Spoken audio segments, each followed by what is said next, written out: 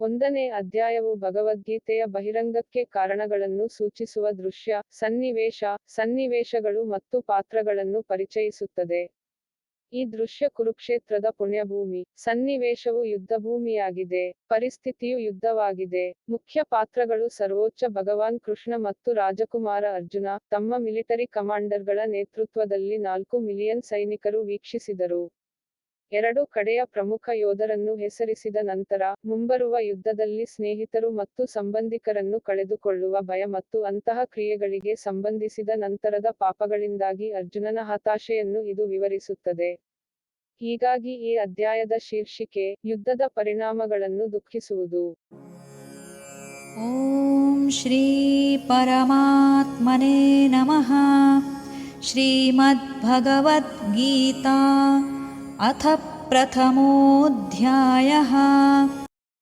ವಸುದೇವಸುತನ ದೇವನ್ ಕಂಶ್ಚಾನುರ್ಮದನಂ ದೇವಕಿ ಪರಮಾನ್ನಂ ಕೃಷ್ಣ ವಂದೇ ಜಗದ್ಗುರುಂ. ಓಂ ಶ್ರೀ ಪರಮಾತ್ಮನೇ ನಮಃ. ಶ್ರೀಮದ್ಭಗವದ್ಗೀತಾ ಅಥ ಪ್ರಥಮೋಧ್ಯಾಯ. ಅರ್ಜುನ ವಿಷಾದ ಯೋಗ. ಅಧ್ಯಾಯ 1. ಅರ್ಜುನ್ ವಿಷಾದ ಯೋಗ. ಮೊದಲ ಅಧ್ಯಾಯ ಅರ್ಜುನ ವಿಷಾದ ಯೋಗ. ಇದು ಇಲ್ಲಿ ಧೃತರಾಷ್ಟ್ರನ ಪ್ರಶ್ನೆಗಳೊಂದಿಗೆ ಪ್ರಾರಂಭವಾಗುತ್ತದೆ. ಅವರು ಯುದ್ಧದಲ್ಲಿ ಏನಾಗುತ್ತಿದೆ ಎಂದು ತಿಳಿಯಲು ಬಯಸುತ್ತಾರೆ. ಅವನ ಮಗ ದುರ್ಯೋಧನ ಮತ್ತು ಅವನ ಸೈನ್ಯ ಏನು ಮಾಡುತ್ತಿದೆ, ಮತ್ತು ಅದೇ ಸಮಯದಲ್ಲಿ ಪಾಂಡು ಪುತ್ರರ ಸೈನ್ಯವು ಏನು ಮಾಡುತ್ತಿದೆ. ನಂತರ ಎರಡೂ ಸೇನೆಗಳ ವೀರರ ವಿವರಣೆ ಬರುತ್ತದೆ ಮತ್ತು ಅದರ ನಂತರ ಅರ್ಜುನನ ವಿಷಣ್ಣತೆ ಬರುತ್ತದೆ. ಅವರ ದುಃಖ ಎಂದರ್ಥ, ಅವನ ಸಮಸ್ಯೆ, ಅವನ ಧರ್ಮದ ಬಿಕ್ಕಟ್ಟು. ಕೇಳೋಣ ಅರ್ಜುನ್ ವಿಷಾದ ಯೋಗ.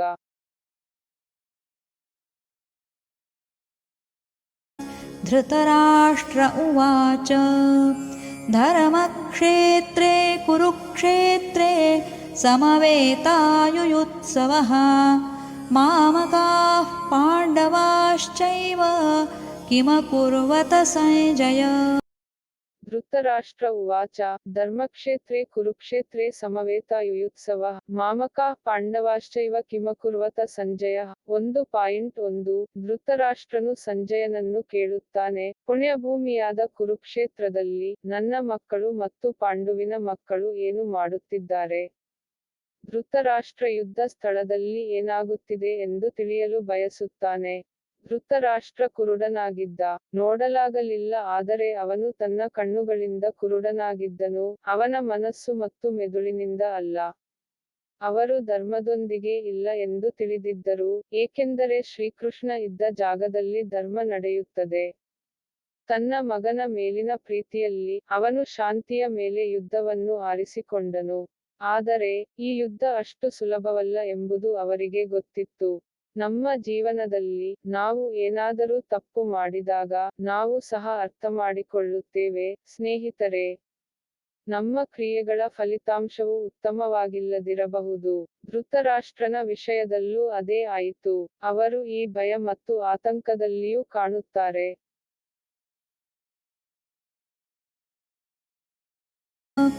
ಸಂಜಯ ಉವಾಚ ದೃಷ್ಟ್ವಾ ತು ಪಾಂಡವಾನೀಕಂ ವ್ಯೂಢಂ ದುರ್ಯೋಧನಸ್ತದಾ ಆಚಾರ್ಯಮುಪಸಂಗಮ್ಯ ರಾಜಾ ವಚನಮಬ್ರವೀತ್.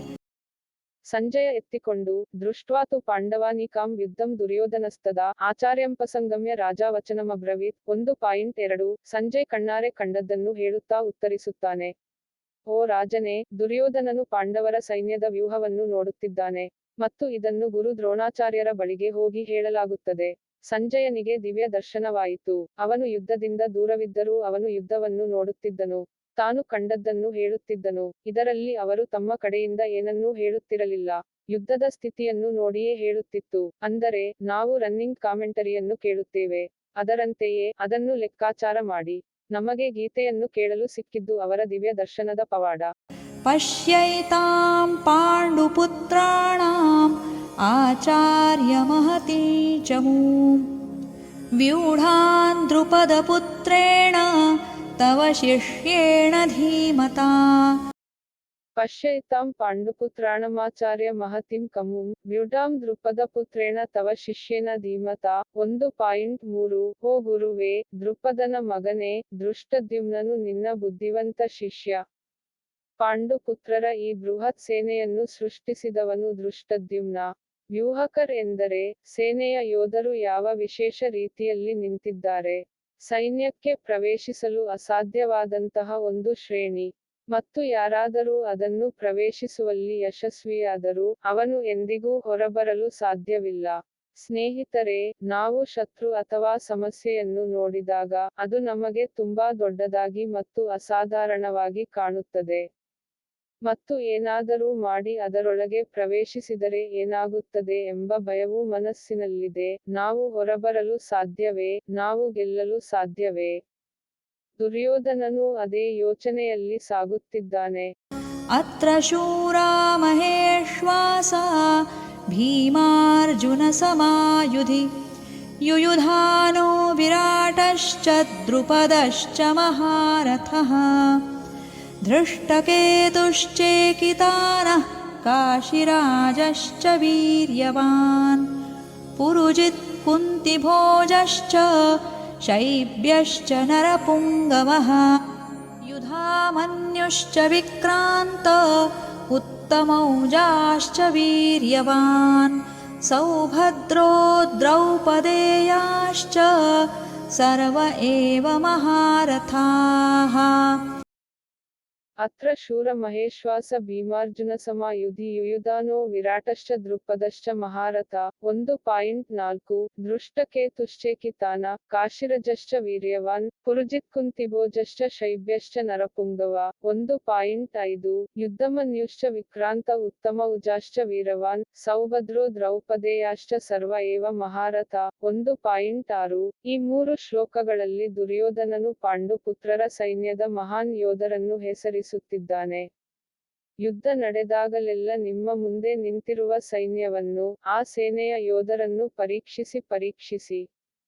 ದುರ್ಯೋಧನನು ಹಾಗೆಯೇ ಮಾಡುತ್ತಿದ್ದಾನೆ. ದುರ್ಯೋಧನನು ದ್ರೋಣಾಚಾರ್ಯರಿಗೆ ಹೇಳುತ್ತಾನೆ, ಭೀಮ ಮತ್ತು ಅರ್ಜುನರಂತೆ ಯುದ್ಧದಲ್ಲಿ ಮಹಾನ್ ಬಿಲ್ಲುಗಳು ಮತ್ತು ಪರಾಕ್ರಮವುಳ್ಳವರು, ಉತ್ತಮೌಜರು, ಸುಭದ್ರೆಯ ಮಗ ಅಭಿಮನ್ಯು ಮತ್ತು ದ್ರೌಪದಿಯ 5 ಮಕ್ಕಳು ಎಲ್ಲರೂ ಮಹಾನ್ ಸಾರಥಿಗಳು.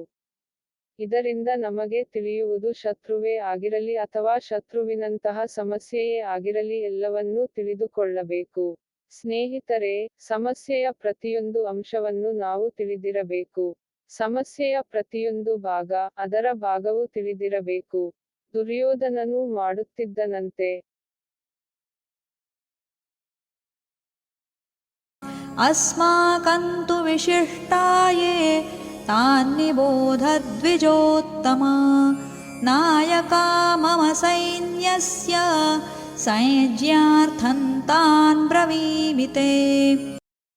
ಅಸ್ಮಾಕಂ ತು ವಿಶಿಷ್ಟಾಯೇ ತನ್ನಿಬೋಧ ದ್ವಿಜೋತ್ತಮ ನಾಯಕ ಮಮ ಸೈನ್ಯಸ್ಯ ಸಂಜ್ಞಾರ್ಥಂ ತಾನ್ಬ್ರವೀಮಿ ತೇ. 1.7 ದುರ್ಯೋಧನನು ಮತ್ತಷ್ಟು ಹೇಳುತ್ತಾನೆ, ಓ ಶ್ರೇಷ್ಠ ಬ್ರಾಹ್ಮಣ, ಪಾಂಡವರ ಸೈನ್ಯದ ಯೋಧರನ್ನು ನೀವು ನೋಡಿದ್ದೀರಿ. ಈಗ ನಿಮ್ಮ ಪರವಾಗಿ ಇರುವ ನಾಯಕರನ್ನೂ ಅರ್ಥ ಮಾಡಿಕೊಳ್ಳಿ. ದ್ರೋಣಾಚಾರ್ಯರ ಮಾಹಿತಿಗಾಗಿ, ಶತ್ರು ಸೈನ್ಯದ ನಂತರ, ದುರ್ಯೋಧನನು ತನ್ನ ಸೈನ್ಯದ ಸೇನಾಪತಿಗಳ ಬಗ್ಗೆ ಹೇಳುತ್ತಾನೆ. ಸಮಸ್ಯೆಯ ಬಗ್ಗೆ ಎಲ್ಲವನ್ನೂ ತಿಳಿದ ನಂತರ, ನಿಮ್ಮ ಕಡೆಯಿಂದ ಯೋಚಿಸುವ ಸಮಯ. ಸ್ನೇಹಿತರೆ, ನಿಮ್ಮಲ್ಲಿರುವ ಸ್ಟ್ರಾಂಗ್ ಪಾಯಿಂಟ್ಗಳು ಯಾವುವು ಎಂಬುದನ್ನು ತಿಳಿದುಕೊಳ್ಳುವುದು ಅವಶ್ಯಕ. ನೀವು ಯಾವುದರಲ್ಲಿ ಬಲಶಾಲಿಯಾಗಿದ್ದೀರಿ, ಅದರ ಮೂಲಕ ನೀವು ಅವನ ಸಮಸ್ಯೆಯನ್ನು ಜಯಿಸಲು ಸಾಧ್ಯವಾಗುತ್ತದೆ. ಸಮಸ್ಯೆಯ ಪ್ರತಿಯೊಂದು ಅಂಶದ ಬಗ್ಗೆ ನೀವು ಯೋಚಿಸಿದಂತೆಯೇ, ನೀವು ನಿಮ್ಮನ್ನು ನಿರ್ಣಯಿಸಬೇಕು. ಭವಾನ್ ಭೀಷ್ಮಶ್ಚ ಕರ್ಣಶ್ಚ ಕೃಪಶ್ಚ ಸಮಿತಿರ್ಜಯಃ ಅಶ್ವತ್ಥಾಮಾ ವಿಕರ್ಣಶ್ಚ ಸೌಮದತ್ತಿಸ್ತಥೈವ ಚ. ಭವಾನ್ ಭೀಷ್ಮಶ್ಚ ಕರ್ಣಶ್ಚ ಕೃಪಶ್ಚ ಸಮಿತಿಂಜಯ ಅಶ್ವತ್ಥಾಮ ವಿಕರ್ಣಶ್ಚ ಸೌಮದತ್ತಿಸ್ತಥೈವ ಚ. 1.8 ಮೊದಲನೆಯದಾಗಿ, ದ್ರೋಣಾಚಾರ್ಯ ಮತ್ತು ಅಜ್ಜ ಭೀಷ್ಮ, ಮತ್ತು ಕರ್ಣ ಮತ್ತು ಸಂಗ್ರಾಮ ವಿಜಯ ಕೃಪಾಚಾರ್ಯ, ಹಾಗೆಯೇ ಅಶ್ವತ್ಥಾಮ, ವಿಕರ್ಣ ಮತ್ತು ಸೋಮದತ್ತನ ಮಗನಾದ ಭೂರಿಶ್ರವನ ಬಗ್ಗೆ ನಿಮಗೆ ತಿಳಿದಿದೆ. ಸ್ನೇಹಿತರೆ, ಇಂದಿನ ಜಗತ್ತಿನಲ್ಲಿ ನಾವು ಅಪಾಯದ ಮೌಲ್ಯಮಾಪನವನ್ನು ಹೇಗೆ ಮಾಡುತ್ತೇವೆಯೋ ಅದೇ ರೀತಿಯಲ್ಲಿ ದುರ್ಯೋಧನನು ತನ್ನ ಶತ್ರು ಸೈನ್ಯವನ್ನು ನೋಡುತ್ತಾ ಎರಡೂ ಸೈನ್ಯದ ಯೋಧರ ಬಗ್ಗೆ ಮಾತನಾಡುತ್ತಾ ಮುಂಬರುವ ಯುದ್ಧಕ್ಕೆ ಸಿದ್ಧನಾಗುತ್ತಾನೆ. ಸವಾಲನ್ನು ಎಲ್ಲ ರೀತಿಯಲ್ಲಿ ಅರ್ಥಮಾಡಿಕೊಂಡರೆ ಮಾತ್ರ ಅದನ್ನು ಜಯಿಸಲು ಸಾಧ್ಯ. ಸವಾಲನ್ನು ಚೆನ್ನಾಗಿ ತಿಳಿದಿರಬೇಕು. ನಾವು ಅವನೊಂದಿಗೆ ಹೋರಾಡಲು ಹೋದಾಗ ಹೊಸದೇನೂ ತೋರುವುದಿಲ್ಲ. ಯಾವುದೇ ಆಶ್ಚರ್ಯಗಳು ಬರಬಾರದು. ಅದು ಯುದ್ಧವಾಗಲಿ ಅಥವಾ ಸವಾಲಾಗಲಿ, ಆಶ್ಚರ್ಯವು ನಿಮ್ಮನ್ನು ಸೋಲಿಸಬಹುದು.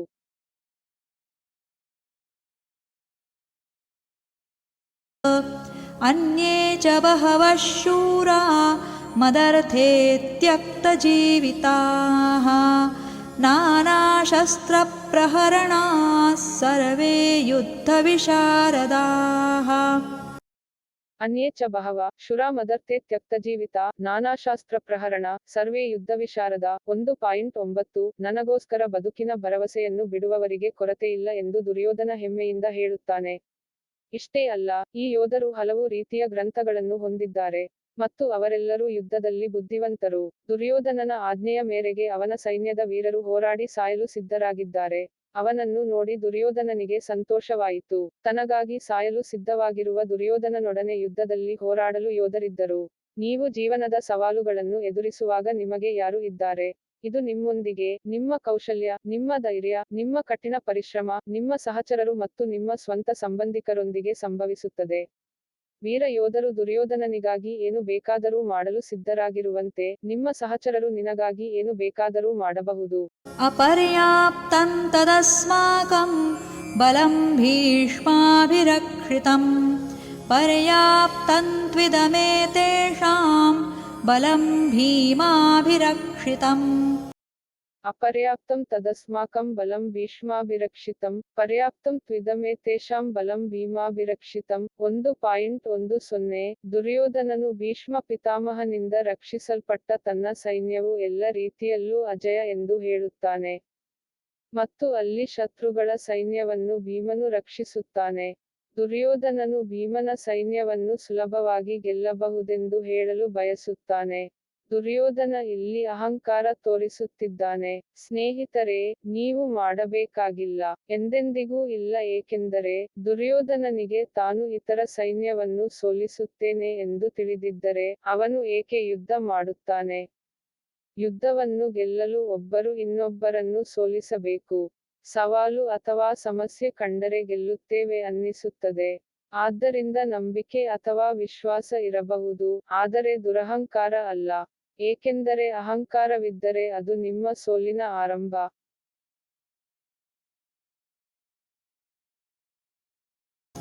ಅಯನೇಷು ಚ ಸರ್ವೇಷು ಯಥಾ ಭಾಗಮವಸ್ಥಿತಾಃ ಭೀಷ್ಮಮೇವಾಭಿರಕ್ಷन्तು ಭವಂತಃ ಸರ್ವ ಏವ ಹಿ. ಅಯನೇಷು ಚ ಸರ್ವೇಷು ಯಥಾಭಾಗಮವಸ್ಥಿತಃ ಭೀಷ್ಮಮೇವಾಭಿರಕ್ಷಾಂತು ಭವಂತಃ ಸರ್ವ ಏವ ಹಿ. ಮಧ್ಯರಾತ್ರಿ 1:11 ಎರಡು ಸೈನ್ಯಗಳ ಈ ವಿವರಣೆಯೊಂದಿಗೆ ದುರ್ಯೋಧನನು ತನ್ನ ವಿಷಯವನ್ನು ದಾಟಲು ಬಯಸಿದನು. ಅಂದರೆ ಪ್ರತಿಯೊಬ್ಬರೂ ತಮ್ಮ ತಮ್ಮ ಸ್ಥಳಗಳಲ್ಲಿ ನಿಸ್ಸಂದೇಹವಾಗಿ ಭೀಷ್ಮ ಪಿತಾಮಹನನ್ನು ರಕ್ಷಿಸಬೇಕು. ಹೇಳಲು ಅರ್ಥ, ಮುಂಬರುವ ಯುದ್ಧದಲ್ಲಿ ನೀವು ಹೆಚ್ಚು ರಕ್ಷಿಸುತ್ತೀರಿ, ಇದು ನಿಮಗೆ ಅತ್ಯಂತ ಅವಶ್ಯಕವಾಗಿದೆ. ಯುದ್ಧಕ್ಕೆ ದುರ್ಯೋಧನ ಮತ್ತು ಅವನ ಸೈನ್ಯಕ್ಕೆ ಭೀಷ್ಮ ಅಜ್ಜ ಇದ್ದಂತೆ. ಭೀಷ್ಮ ಪಿತಾಮಹನ ಸೋಲು ಎಂದರೆ ಯುದ್ಧ ಸೋತಿತು, ಮತ್ತು ಅವರ ಬದುಕುಳಿಯುವಿಕೆ ಎಂದರೆ ನೀವು ಯುದ್ಧವನ್ನು ಕಳೆದುಕೊಳ್ಳಲು ಸಾಧ್ಯವಿಲ್ಲ. ನೀವು ಯುದ್ಧವನ್ನು ಗೆಲ್ಲುವವರೆಗೂ ನಿಮ್ಮ ಅತ್ಯಮೂಲ್ಯವಾದ ವಸ್ತುವನ್ನು ಉಳಿಸಬೇಕು. ತಸ್ಯ ಸಂಜನಯನ್ ಹರ್ಷಂ ಕುರು ವೃದ್ಧಃ ಪಿತಾಮಹಃ ಸಿಂಹನಾದಂ ವಿನದ್ಯೋಚ್ಚೈಃ ಶಂಖಂ ದಧ್ಮೌ ಪ್ರತಾಪವಾನ್. ತಸ್ಯ ಸಂಜನಯನ ಹರ್ಷಂ ಕುರು ವೃದ್ಧ ಪಿತಾಮಹ ಸಿಂಹನಾದಂ ವಿನದ್ಯೋಚ್ಚೈ ಶಂಖಂ ದಧಮೌ ಪ್ರತಾಪವಾನ್. 1.12 ಶಂಖವು ಮುಂಬರುವ ಯುದ್ಧದ ಘೋಷಣೆಯಾಗಿದೆ. ಅಜ್ಜ ಭೀಷ್ಮ ಕೌರವರಲ್ಲಿ ಹಿರಿಯ, ಅತ್ಯಂತ ಮಹಿಮಾನ್ವಿತ ಅಜ್ಜ, ಸಿಂಹದ ಗರ್ಜನೆಯಂತೆ ಗರ್ಜಿಸಿದರು ಮತ್ತು ಅಂತಹ ಶಂಖವನ್ನು ಊದಿದರು. ದುರ್ಯೋಧನನ ಹೃದಯವು ಸಂತೋಷದಿಂದ ತುಂಬಿತು. ಯುದ್ಧವನ್ನು ಗೆಲ್ಲಲು ನಿಮ್ಮ ಪರವಾಗಿ ನೀವು ವಾತಾವರಣವನ್ನು ಸೃಷ್ಟಿಸಬೇಕು. ನೀವು ಸಮಾಧಾನ ಮಾಡಿಕೊಳ್ಳಬೇಕು, ನಾವು ಯುದ್ಧವನ್ನು ಗೆಲ್ಲಲು ಸಮರ್ಥರಾಗಿದ್ದೇವೆ ಎಂದು. ಪಿತಾಮಹ ಭೀಷ್ಮನು ಹಾಗೆಯೇ ಮಾಡಿದನು ಮತ್ತು ನಾವು ಹಾಗೆಯೇ ಮಾಡಬೇಕು.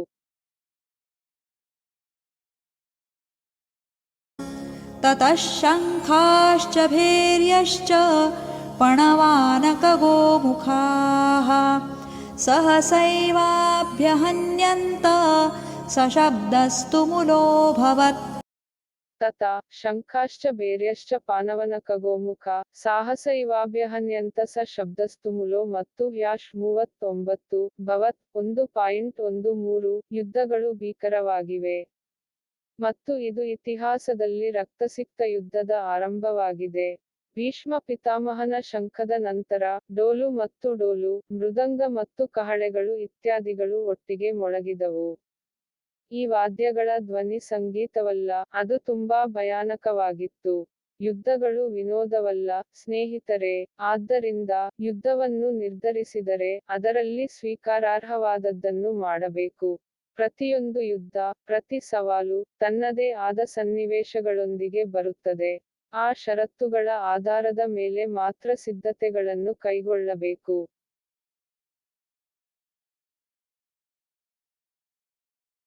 ततः श्वेतैर्हयैर्युक्ते महति स्यन्दने स्थितौ माधवः पाण्डवश्चैव दिव्यौ शङ्खौ प्रदध्मतुः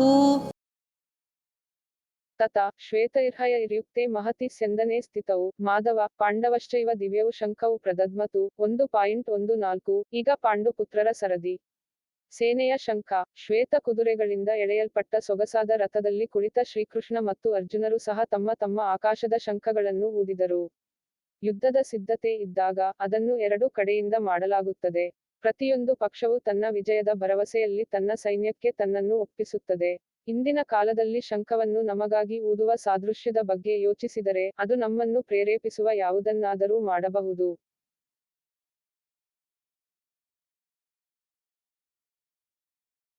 पाञ्चजन्यं हृषीकेशो देवदत्तं धनञ्जयः पौण्ड्रं दध्मौ महाशङ्खं भीमकर्मावृकोदरः ಪಾಂಚಜನ್ಯ ಹೃಷಿಕೇಶೋ ದೇವದತ್ತಂ ಧನಂಜಯ ಪೌಂಡರಂ ದದಮೌ ಮಹಾಶಂಖಂ ಭೀಮಕರ್ಮ ವೃಕ್ಕೋದರ 1.15 ಶ್ರೀಕೃಷ್ಣನ ಶಂಖದ ಹೆಸರು ಪಾಂಚಜನ್ಯ. ಅರ್ಜುನನ ದೇವದತ್ತ ಮತ್ತು ಭಯಂಕರ ಕೃತ್ಯಗಳ ಮಹಾಸಂಖ ಭೀಮ ಕರ್ಮ ವೃಕೋದಾರ ಭಗವಾನ್ ಕೃಷ್ಣನ ಶಂಕರ ಪಂಚಜನ್ಯ ಅರ್ಜುನನ ದೇವದತ್ತನ ಹೆಸರು ಮತ್ತು ಭಯಂಕರ ಕೃತ್ಯಗಳ ಭಯಂಕರ ಭೀಮಸೇನನು ಪೌದ್ರಂ ಎಂಬ ತನ್ನ ಮಹಾಶಂಖವನ್ನು ಊದಿದನು. ಅದೇ ರೀತಿಯಲ್ಲಿ ನಮ್ಮ ಜೀವನದಲ್ಲಿ, ನಾವು ಕೂಡ ನಮ್ಮ ಯುದ್ಧದಲ್ಲಿ, ನಮ್ಮ ಸವಾಲಿನಲ್ಲಿ ಮುಂದುವರಿಯಲು ನಮ್ಮ ಪ್ರೇರಣೆಯನ್ನು ಆರಿಸಿಕೊಳ್ಳಬಹುದು. ಕೆಲವರಿಗೆ ಸಂಗೀತವು ಈ ರೀತಿ ಕೆಲಸ ಮಾಡುತ್ತದೆ, ಕೆಲವರಿಗೆ ದೇವರ ಸ್ಮರಣೆ ಅಥವಾ ಕೆಲವು ಪೋಷಕರ ಆಶೀರ್ವಾದಕ್ಕಾಗಿ. ನಿಮ್ಮ ಸ್ವಂತ ಶಂಖವನ್ನು ಆರಿಸಿ ಮತ್ತು ಯುದ್ಧಕ್ಕೆ ಸಿದ್ಧರಾಗಿ. अनन्तविजयं राजा कुन्तीपुत्रो युधिष्ठिरः नकुलः सह देवश्च सुघोषमणिपुष्पकौ ಅನಂತ ವಿಜಯಂ ರಾಜ ಕುಂತಿಪುತ್ರೋ ಯುಧಿಷ್ಠಿರ, ನಕುಲ, ಸಹದೇವಶ್ಚ ಸುಘೋಷಮಣಿ ಪುಷ್ಪಕವು 1.16 ಪಾಂಡವರ ಹಿರಿಯ ಸಹೋದರ, ಕುಂತಿಯ ಮಗನಾದ ರಾಜ ಯುಧಿಷ್ಠಿರನು ಅನಂತ ವಿಜಯ ಎಂಬ ಶಂಖಗಳನ್ನು ಊದಿದನು, ಮತ್ತು ನಕುಲ ಮತ್ತು ಸಹದೇವರು ಸುಘೋಷ ಮತ್ತು ಮಣಿಪುಷ್ಪಕ ಎಂಬ ಶಂಖಗಳನ್ನು ಊದಿದರು. ಸ್ನೇಹಿತರೆ, ಪ್ರತಿಯೊಬ್ಬರಿಗೂ ಪ್ರೇರಣೆ ಬೇಕು.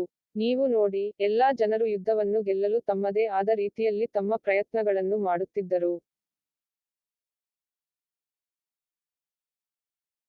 काश्यश्च परमेश्वासः शिखण्डी च महारथः धृष्टद्युम्नो विराटश्च सात्यकिश्चापराजितः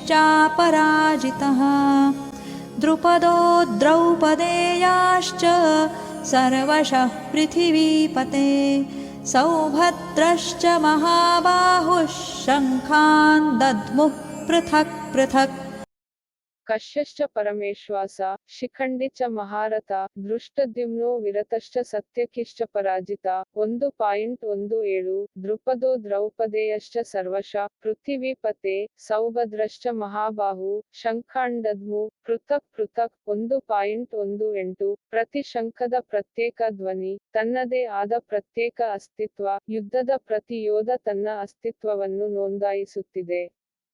ಕಾಶಿರಾಜನು ಅತ್ಯುತ್ತಮವಾದ ಧನುಸ್ಸನ್ನು ಮತ್ತು ಮಹಾನ್ ಸಾರಥಿ ಶಿಖಂಡಿ ಮತ್ತು ದೃಷ್ಟದುಮ್ನ ಮತ್ತು ರಾಜ ವಿರಾಟ ಮತ್ತು ಅಜಯ ಸಾತ್ಯಕಿ, ರಾಜ ದೃಪದ ಮತ್ತು ದ್ರೌಪದಿಯ 5 ಮಕ್ಕಳಾದ ಅಜಯ ಸಾತ್ಯಕಿ ಮತ್ತು ದೊಡ್ಡ ತೋಳು ಹೊಂದಿರುವ ಸುಭದ್ರೆಯ ಮಗ ಅಭಿಮನ್ಯು. ಸಂಜಯನು ಧೃತರಾಷ್ಟ್ರನಿಗೆ ಹೇಳುತ್ತಾನೆ, ಓ ರಾಜ, ಎಲ್ಲರೂ ತಮ್ಮ ತಮ್ಮ ಶಂಖಗಳನ್ನು ಪ್ರತ್ಯೇಕವಾಗಿ ಊದಿದರು. ಸ್ನೇಹಿತರೆ, ಮಹಾಭಾರತದ ಯುದ್ಧದಲ್ಲಿ ಪ್ರತಿಯೊಬ್ಬ ದೊಡ್ಡ ಯೋಧನೂ ಭಾಗವಹಿಸುತ್ತಿದ್ದ. ಅಂತಹ ಅಪರೂಪದ ಅವಕಾಶವನ್ನು ಯಾರಾದರೂ ಹೇಗೆ ಕಳೆದುಕೊಳ್ಳುತ್ತಾರೆ? ನಾವು ಗಮನಿಸಬೇಕಾದ ಸಂಗತಿಯೆಂದರೆ, ಯುದ್ಧಕ್ಕೆ ಸಿದ್ಧರಾಗಿರುವವನೇ ನಿಜವಾದ ಯೋಧ. ನೀವು ಯುದ್ಧವನ್ನು ಜೀವನ, ಸವಾಲು ಎಂದು ಪರಿಗಣಿಸುತ್ತೀರಿ. ನೀವು ಏನನ್ನು ನಂಬುತ್ತೀರೋ, ಆದರೆ ಅದಕ್ಕೆ ಯಾವಾಗಲೂ ಸಿದ್ಧರಾಗಿರಿ. ಅಷ್ಟೇ ಏಕೆ, ಪ್ರತಿಯೊಬ್ಬ ಯೋಧನೂ ಶಂಖ ಊದುವ ಮೂಲಕ ಎಲ್ಲರನ್ನೂ ತನ್ನವ ಎಂಬ ಭಾವನೆ ಮೂಡಿಸುತ್ತಿದ್ದಾರೆ.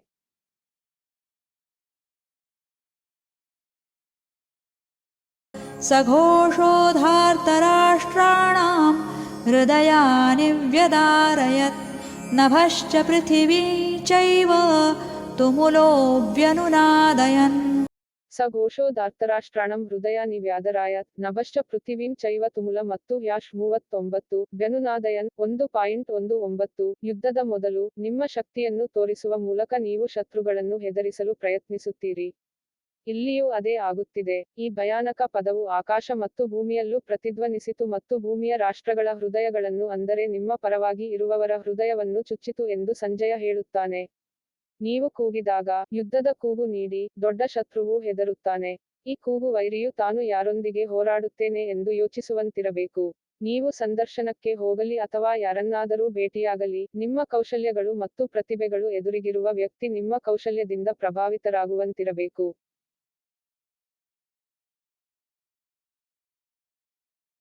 अथ व्यवस्थितान् दृष्ट्वा धार्तराष्ट्रान् कपिध्वजः प्रवृत्ते शस्त्रसम्पाते धनुरुद्यम्य पाण्डवः ऋषिकेशं तदा वाक्यम् इदमाह महीपते अर्जुन उवाच सेनयोरुभयोर्मध्ये रथं स्थापयमेच्युत ಅಥ ವ್ಯವಸ್ಥಿತನ್ ದೃಷ್ಟ್ವಾ ಧಾರ್ತರಾಷ್ಟ್ರನ್ ಕಪಿಧ್ವಜ ಪ್ರವೃತ್ತೆ ಶಾಸ್ತ್ರಸಂಪತೆ ಧನುರುದ್ಯಮ್ಯ ಪಾಂಡವ 1.20 ಹೃಷಿಕೇಶಂ ತದಾ ವಾಕ್ಯಮಿದಮಃ ಮಹೀಪತೆ ಅರ್ಜುನ ಉವಾಚ ಸೇನಾಯೋರುಭಯೋರ್ಮಧ್ಯೆ ರಥಂ ಸ್ಥಾಪಯ ಮೇ ಮತ್ತು ಯಾಶ್ 39 ಚ್ಯುತ 1.21 ಹಣೆ ಕಟ್ಟಿಕೊಂಡು ದೃಢವಾಗಿ ನಿಂತಿರುವ ಧೃತರಾಷ್ಟ್ರನ ಬಂಧುಗಳನ್ನು ಅರ್ಜುನ ನೋಡುತ್ತಾನೆ.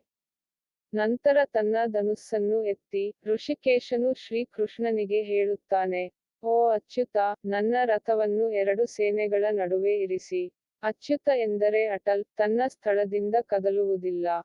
ಯಾವುದು ನಾಶವಾಗಲಾರದು. ಶ್ರೀ ಕೃಷ್ಣನ ಒಂದು ಹೆಸರು ಕೂಡ ಅಚ್ಯುತ. ಮತ್ತು ಅರ್ಜುನನು ತನ್ನ ಸಾರಥಿಯನ್ನು ಎರಡು ಸೈನ್ಯಗಳ ನಡುವೆ ಹೋಗಲು ಕೇಳುತ್ತಾನೆ.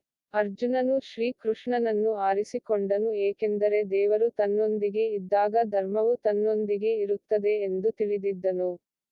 ಯಾರೊಂದಿಗೆ ಧರ್ಮವಿದೆಯೋ ಅವರನ್ನು ಎಂದಿಗೂ ಸೋಲಿಸಲು ಸಾಧ್ಯವಿಲ್ಲ. यावदेतान् निरीक्षेऽहं योद्धुकामानवस्थितान् कैर्मया सह योद्धव्यम् अस्मिन् रणसमुद्यमे ಯಾವುದೇ ತನ್ನಿರೀಕ್ಷೆ ಮತ್ತು ಯಾಶ್ 39 ಹಂ ಯೋದ್ಧುಕಾಮಾನವಸ್ಥಿತಾನ್ ಕೈರ್ಮಯ ಸಹ ಯೋದ್ಧವ್ಯಮಸ್ಮಿನ್ ರಣಸಮುದ್ಯಮೆ 1.22 ಇದು ಇಂದಿನ ಜೀವನದ ದೊಡ್ಡ ಬುದ್ಧಿವಂತಿಕೆ. ಸ್ನೇಹಿತರೆ, ಯುದ್ಧ ಎಲ್ಲಿ ಬೇಕಾದರೂ ನಡೆಯಬಹುದು, ಯಾವುದೇ ರೀತಿಯ, ವೈಯಕ್ತಿಕ ಅಥವಾ ವ್ಯವಹಾರಕ್ಕೆ ಸಂಬಂಧಿಸಿದ. ಆದರೆ, ಎರಡು ಕಡೆಯ ನಡುವೆ ಹೋಗುವ ಮೂಲಕ, ನೀವು ಯುದ್ಧದ ನಿಜವಾದ ಸ್ಥಿತಿಯನ್ನು ತಿಳಿದುಕೊಳ್ಳಬಹುದು. ಅರ್ಜುನನು ಶ್ರೀ ಕೃಷ್ಣನಿಗೆ ಹೇಳುತ್ತಾನೆ, ಓ ಕೃಷ್ಣ, ನಾನು ಯುದ್ಧಭೂಮಿಯಲ್ಲಿ ನಿಂತಿರುವ ಈ ವಿರೋಧಿ ಯೋಧರನ್ನು ನೋಡುವವರೆಗೆ, ನಾನು ಈ ಯುದ್ಧದ ವ್ಯವಹಾರದಲ್ಲಿ ಹೋರಾಡಲು ಅರ್ಹನಾಗಿದ್ದೇನೆ. ಅಲ್ಲಿಯವರೆಗೆ ಈ ರಥವನ್ನು ಇಲ್ಲಿಯೇ ನಿಲ್ಲಿಸಿ. ನಾವು ಸ್ನೇಹಿತರೇ ಹೌದು, ನಾವು ಸಹ ನಮ್ಮ ಸಮಸ್ಯೆಯ ಮಧ್ಯದಲ್ಲಿ ನಿಂತು ನೋಡಬೇಕು ಮತ್ತು ಪರೀಕ್ಷಿಸಬೇಕು. ಮತ್ತು ನಂತರ ಮಾತ್ರ ನಿರ್ಧಾರ ತೆಗೆದುಕೊಳ್ಳಬೇಕು. योत्स्यमानानवेक्षेऽहं य एतेऽत्र समागताः धार्तराष्ट्रस्य दुर्बुद्धेर्युद्धे प्रियचिकीर्षवः ಯೋತ್ಸ್ಯಮಾನವೇಕ್ಷಣೆ ಮತ್ತು ಯಾಶ್ 39 ಹಂ ಯ ಏತೆ ಮತ್ತು ಯಾಶ್ 39 ತ್ರ ಸಮಾಗತ ಧಾರ್ತರಾಷ್ಟ್ರಸ್ಯ ದುರ್ಬುದ್ಧೇರ್ಯುದ್ಧೇ ಪ್ರಿಯಚಿಕೀರ್ಷವ 1.23 ಅರ್ಜುನನು ಧೃತರಾಷ್ಟ್ರನ ಮಗ ದುರ್ಯೋಧನನಿಗೆ ಬುದ್ಧಿಹೀನನಾಗಿರಲು ಹೇಳುತ್ತಿದ್ದಾನೆ, ಏಕೆಂದರೆ ದುರ್ಯೋಧನನ ಮೊಂಡುತನದಿಂದ ಈ ಯುದ್ಧ ಸಂಭವಿಸಿದೆ. ರಾಜನು ದುರ್ಯೋಧನನನ್ನು ಗೆಲ್ಲಲು ಬೆಂಬಲಿಸಲು ಬಂದಿದ್ದಾನೆ, ಅವನು ಯುದ್ಧಭೂಮಿಯ ಮಧ್ಯದಲ್ಲಿ ನಿಲ್ಲುವುದನ್ನು ನೋಡಲು ಬಯಸುತ್ತಾನೆ.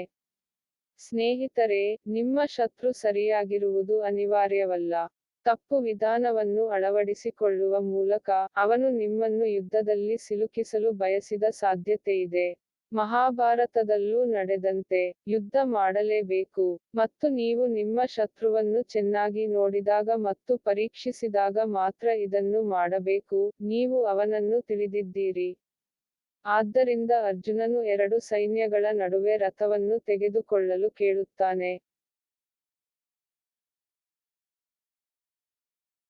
ಸಂಜಯ ಉವಾಚ ಏವಮುಕ್ತೋ ಹೃಷೀಕೇಶೋ ಗುಡಾಕೇಶೇನ ಭಾರತ ಸೇನಯೋರುಭಯೋರ್मध्ये ಸ್ಥಾಪಯಿತ್ವಾ ರಥೋತ್ತಮಂ ಭೀಷ್ಮದ್ರೋಣಪ್ರಮುಖತಃ ಸರ್ವೇಷಾಂ ಚ ಮಹೀಕ್ಷಿತಾಂ ಉವಾಚ ಪಾರ್ಥ ಪಶ್ಯೈತಾನ್ ಸಮವೇತಾನ್ ಕುರೂನಿತಿ.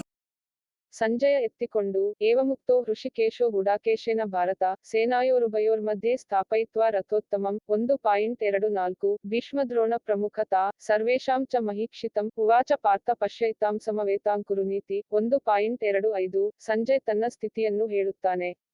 ಓ ಧೃತರಾಷ್ಟ್ರನೇ, ಅರ್ಜುನನು ಹೇಳಿದಂತೆ, ಶ್ರೀಕೃಷ್ಣನು ರಥವನ್ನು ಎರಡು ಸೈನ್ಯಗಳ ಮಧ್ಯದಲ್ಲಿ, ಭೀಷ್ಮ ಮತ್ತು ದ್ರೋಣಾಚಾರ್ಯರ ಮುಂದೆ ಮತ್ತು ಎಲ್ಲಾ ರಾಜರ ಮುಂದೆ ಇಡುತ್ತಿದ್ದಾನೆ. ಓ ಪಾರ್ಥನೇ, ಯುದ್ಧಕ್ಕೆ ನೆರೆದಿರುವ ಈ ಕೌರವರಿಗೆ ಹೀಗೆ ಹೇಳಿದನು. ಸ್ನೇಹಿತರೆ, ಇದು ಪಾರ್ಥ್ ಅರ್ಜುನ್ ಹೆಸರು, ಇದು ಅನುಮಾನದಲ್ಲಿ ಮುಳುಗಿರುವವನ ಹೆಸರು. ನಾವೆಲ್ಲರೂ ಪಾರ್ಥರಾಗಬಹುದು, ಮತ್ತು ನಮಗೆ ಸಂದೇಹವಿದ್ದರೆ, ಕೃಷ್ಣ ನಮಗೆ ಸಹಾಯ ಮಾಡಲು ದೂರವಿಲ್ಲ.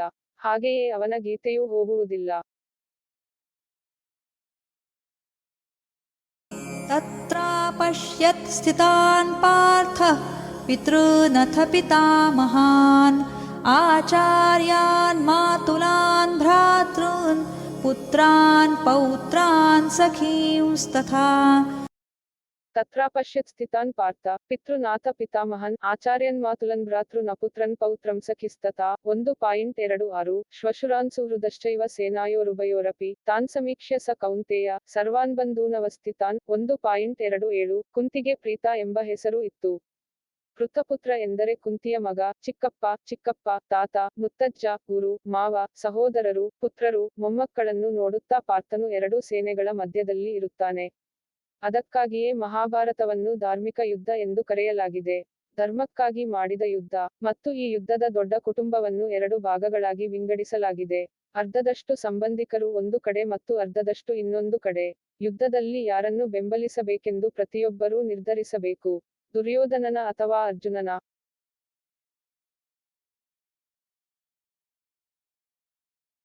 ಶ್ವಶುರಾನ್ ಸುಹೃದಶ್ಚೈವ ಸೇನಯೋರುಭಯೋರಪಿ ತಾನ್ ಸಮೀಕ್ಷ್ಯ ಸ ಕೌಂತೇಯಃ ಸರ್ವಾನ್ ಬಂಧೂನವಸ್ಥಿತಾನ್.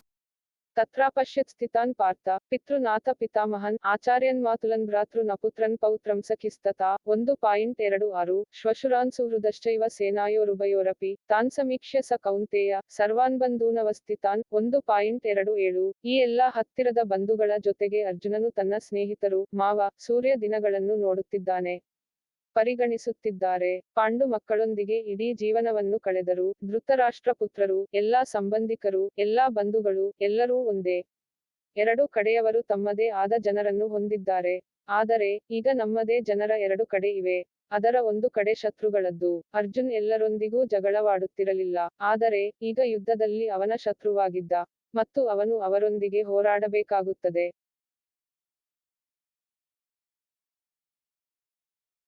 ಕೃಪಯಾ ಪರಯಾವಿಷ್ಟೋ ವಿಷೀದನ್ನಿದಮಬ್ರವೀತ್. ಅರ್ಜುನ ಉವಾಚ ದೃಷ್ಟ್ವೇಮಂ ಸ್ವಜನಂ ಕೃಷ್ಣ ಯುಯುತ್ಸುಂ ಸಮುಪಸ್ಥಿತಂ. ಅರಾವ್ಸು ಅವಸಾಯ ಅರಾವ್ ಆಜುನ ವಾಕ ಅರ್ಸ್ವಾ ಸ್ವಾಯ ಅಸ್ಯ ಸ 1.28 ಅವನ ಆಪ್ತರು ಅವನ ಅರ್ಜುನನ ಮುಂದೆಯೇ ನಿಂತಿದ್ದರು. ಆದರೆ ಶತ್ರುಗಳ ಕಡೆಯಲ್ಲಿ ಸಹೋದರರೆಲ್ಲರೂ ಗೈರುಹಾಜರಾಗಿರುವುದನ್ನು ಕಂಡು ಕುಂತಿಯ ಮಗನಾದ ಅರ್ಜುನನು ಮಹಾಕರುಣೆಯಿಂದ ತುಂಬಿ ದುಃಖಿಸುತ್ತಾ ಶ್ರೀಕೃಷ್ಣನಿಗೆ ಹೇಳುತ್ತಿದ್ದಾನೆ. ಇಲ್ಲಿಂದ ಸ್ನೇಹಿತರು ಪ್ರಾರಂಭಿಸುತ್ತಾರೆ. ಶುರುವಾಗುತ್ತದೆ ಅರ್ಜುನನ ಹಂಬಲ. ಅದಕ್ಕಾಗಿಯೇ ಸಂಪೂರ್ಣ ಗೀತೆಯನ್ನು ರಚಿಸಲಾಗಿದೆ. ಮಾರ್ಗದರ್ಶನಕ್ಕಾಗಿ. ಕೃಷ್ಣನು ಅಂತಹ ಸೃಷ್ಟಿಯನ್ನು ರಚಿಸಬೇಕಾಗಿತ್ತು. ಅದು ಯಾವಾಗಲೂ ಸರಿಯಾದ ಮಾರ್ಗದಲ್ಲಿ ನಡೆಯಲು ಪ್ರತಿಯೊಬ್ಬರನ್ನು ಪ್ರೇರೇಪಿಸುತ್ತಿದೆ ಮತ್ತು ಸ್ಫೂರ್ತಿಯನ್ನು ಮುಂದುವರಿಸುತ್ತದೆ. सीदन्ति मम गात्राणि मुखं च परिशुष्यति वेपथुश्च शरीरे मे रोमहर्षश्च जायते ಸಿದಂತಿ ಮಮ ಗಾತ್ರಾಣಿ ಮುಖಂ ಚ ಪರಿಶುಷ್ಯತಿ ವೇಪತುಶ್ಚ ಶರೀರೆ ಮೇ ರೋಮಹರ್ಷಶ್ಚ ಜಾಯತೆ. 1.29 ಯುದ್ಧದ ಬಗ್ಗೆ ಮಾತನಾಡುವುದು ಸುಲಭ. ಹೋರಾಡಲು ಕಷ್ಟ. ಅರ್ಜುನನ ವಿಷಯದಲ್ಲೂ ಅದೇ ಆಯಿತು. ನಮ್ಮ ಸ್ನೇಹಿತರೆಲ್ಲರಿಗೂ ಅದೇ ಸಂಭವಿಸುತ್ತದೆ. ಇಂತಹ ಸಂದೇಹಗಳಿಗೆ ಪರಿಹಾರವನ್ನು ಭಗವದ್ಗೀತೆಯಿಂದ ಶ್ರೀಕೃಷ್ಣನ ಮೂಲಕ ಪಡೆಯುತ್ತೇವೆ. ದುಃಖಿತನಾದ ಅರ್ಜುನನು ಹೇಳುತ್ತಾನೆ, ಓ ಕೃಷ್ಣ, ಯುದ್ಧದ ಅಪೇಕ್ಷೆಯುಳ್ಳವನೇ, ರಣರಂಗದಲ್ಲಿ ದೃಢವಾಗಿ ನಿಂತಿರುವ ಈ ಬಂಧುಗಳನ್ನು ನೋಡಿ ನನ್ನ ಅಂಗಗಳು ನಿರಾಳವಾಗುತ್ತಿವೆ. ಅಂಗಾಂಗಗಳಲ್ಲಿ ಶಕ್ತಿ ಇಲ್ಲದಂತೆ, ಮತ್ತು ಬಾಯಿ ಒಣಗುತ್ತಿದೆ, ಮತ್ತು ನನ್ನ ದೇಹವು ನಡುಗುತ್ತಿದೆ ಮತ್ತು ರೋಮಾಂಚನಗೊಳ್ಳುತ್ತದೆ. ಎಷ್ಟು ಬಾರಿಯಾದರೂ ಅದು ನಮಗೆಲ್ಲ ಸಂಭವಿಸುತ್ತದೆ. ಅದು ಯುದ್ಧದ ಮುಂದೆ, ಅಧಿಕಾರವು ಕೊನೆಗೊಂಡಂತೆ. ಪರೀಕ್ಷೆಯ ಸಮಯದಲ್ಲೂ ಇದೇ ರೀತಿಯ ನರ್ವಸ್ ಇರುತ್ತದೆ ಅಲ್ಲವೇ?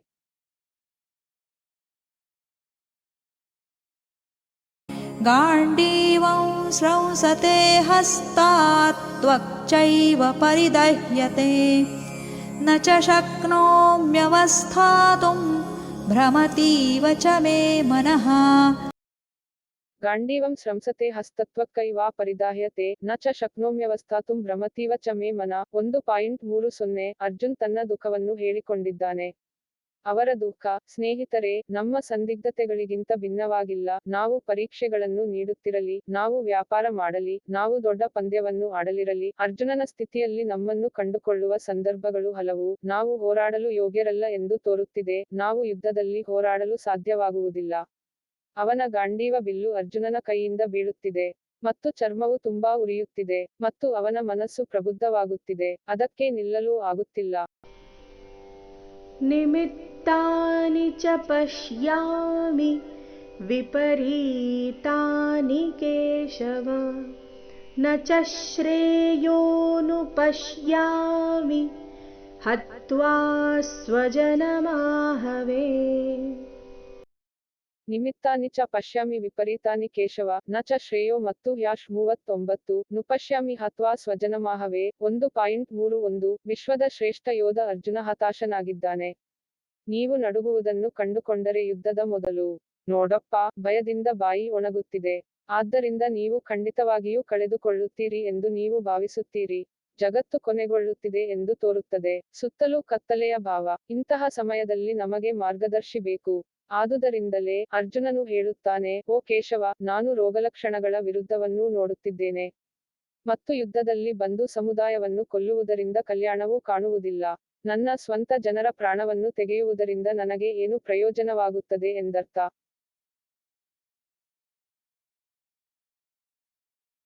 न काङ्क्षे विजयं कृष्ण न च राज्यं सुखानि च किन्नो राज्येन गोविन्द किं भोगैर्जीवितेन वा ನ ಕಾಂಕ್ಷೆ ವಿಜಯಂ ಕೃಷ್ಣ ನ ಚ ರಾಜ್ಯಂ ಸುಖನಿ ಚ ಕಿನ್ನೋ ರಾಜ್ಯೇನ ಗೋವಿಂದ ಕಿಂ ಭೋಗೈರ್ಜೀವಿತೇನ ವಾ. 1.32 ಅರ್ಜುನ್ ಎಲ್ಲವನ್ನೂ ಸ್ಪಷ್ಟವಾಗಿ ಹೇಳುತ್ತಾನೆ.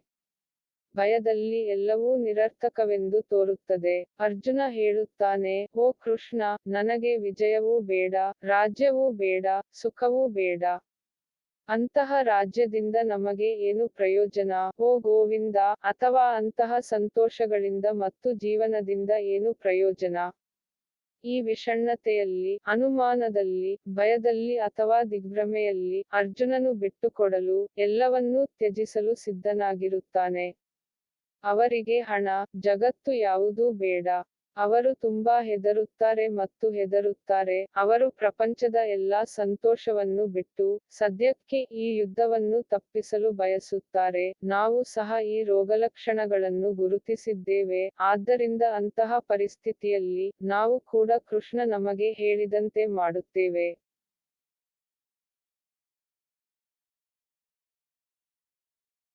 येषामर्थे काङ्क्षितन्नो राज्यं भोगाः सुखानि च त इमेव स्थिता युद्धे प्राणांस्त्यक्त्वा धनानि च ಯೇಷಮರ್ಥೆ ಕಾಂಕ್ಷಿತಾಂನೋ ರಾಜ್ಯಂ ಭೋಗ ಸುಖನಿ ಚ ತಾ ಇಮೆ ಮತ್ತು ಹ್ಯಾಶ್ 39 ವಸ್ಥಿತ ಯುದ್ಧೆ ಪ್ರಾಣಾಂಸ್ತ್ಯಕ್ತ್ವಾ ಧನಾನಿ ಚ 1.33 ಅರ್ಜುನ ಹೇಳುತ್ತಾನೆ, ಯಾರಿಗೆ ನಾವು ರಾಜ್ಯ, ಭೋಗ ಮತ್ತು ಸಂತೋಷ ಇತ್ಯಾದಿಗಳನ್ನು ಬಯಸುತ್ತೇವೆಯೋ ಅವರು ಈ ಎಲ್ಲ ಸಂಪತ್ತು ಮತ್ತು ಜೀವನದ ಭರವಸೆಯನ್ನು ಬಿಟ್ಟು ಯುದ್ಧದಲ್ಲಿ ನಿಂತಿದ್ದಾರೆ.